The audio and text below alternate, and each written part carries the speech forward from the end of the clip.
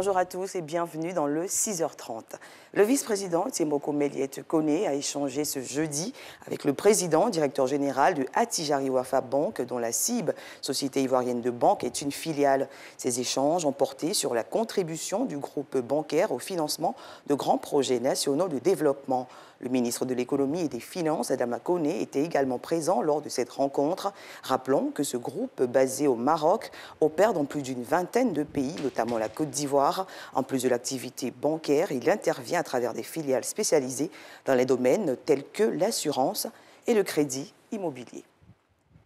Le garde des Sceaux, ministre de la Justice et des Droits de l'Homme, a soumis à la Commission des Affaires générales institutionnelles et des collectivités territoriales le projet de loi relatif à l'absence et à la disparition. Des modifications sont à noter et elles prennent en compte la succession, le mariage, les enfants de l'absent ou du disparu. Plus d'informations avec Kader Sogodogo. Sansan Kambile, le garde des Sceaux, ministre de la Justice et des Droits de l'Homme, est au Sénat. Il est reçu par la Commission des Affaires générales, institutionnelles et des collectivités territoriales. Un projet de loi dans son parapheur. Il est relatif à l'absence et à la disparition. Ainsi, qui peut-il être considéré comme absent? L'absent est la personne qui a cessé de paraître au lieu de son domicile ou de sa résidence et dont le manque de nouvelles rend son existence incertaine. Par conséquent, le projet de loi prévoit qu'après l'écoulement d'un délai d'1 an depuis les dernières nouvelles, tout intéressé peut introduire une requête aux fins d'obtenir un jugement déclaratif d'absence. À quel moment parle-t-on de disparition? Le disparu est la personne qui a cessé de paraître à la suite de circonstances mettant sa vie en danger sans que son corps ait pu être retrouvé. Le projet de loi innove après un délai dans les deux cas de figure. Ce jugement a pour effet, entre autres, la dissolution du mariage de l'absent. 7 ans après le prononcé du jugement, le décès de l'absent peut être judiciairement déclaré, donnant ainsi à ses ayants droit le droit d'organiser sereinement leur existence. Afin de s'assurer que la personne disparue n'a pas survécu, le tribunal ne peut prononcer le jugement de décès qu'après 1 an à compter de la date de la disparition. Si le disparu était marié, son mariage est dissous à compter du jour où le jugement déclaratif de décès est devenu définitif. Que prévoit la loi au cas où l'absent ou le disparu réapparaît? Qu'il s'agisse de l'absence ou de la disparition, le projet de loi prévoit le même régime juridique quant au sort des biens du disparu ou de l'absent qui réapparaît après le jugement déclaratif de décès. La personne recouvre ses biens dans l'état où il se trouve, ainsi que le prix de ceux qui ont été aliénés et les biens acquis en emploi des capitaux ou des revenus échus à son profit. Sansan Kambile a été suivi par les sénateurs membres de la Commission des Affaires générales, institutionnelles et des collectivités territoriales.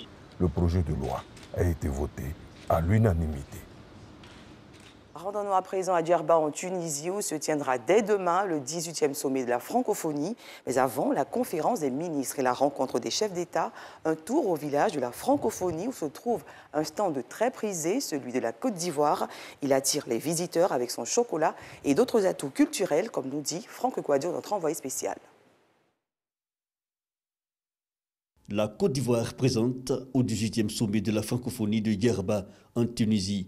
Avant les joutes oratoires, quelques éléments typiques de la particularité éburnéenne à ce village de la francophonie. Le savoir-faire artisanal et l'inévitable chocolat produit du cacao, une véritable attraction. Tout le monde ici au Djerba parle pour le chocolat Côte d'Ivoire.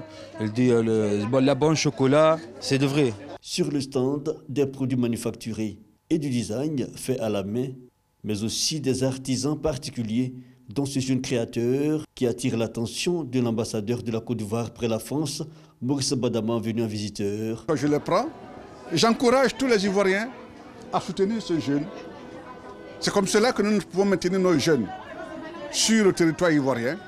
Nos jeunes ont du talent et si nous consommons ce qu'ils produisent, ils ne prendront pas la mer pour aller souffrir.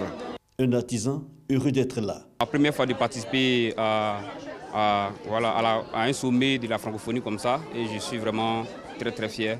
La Côte d'Ivoire au village de la francophonie.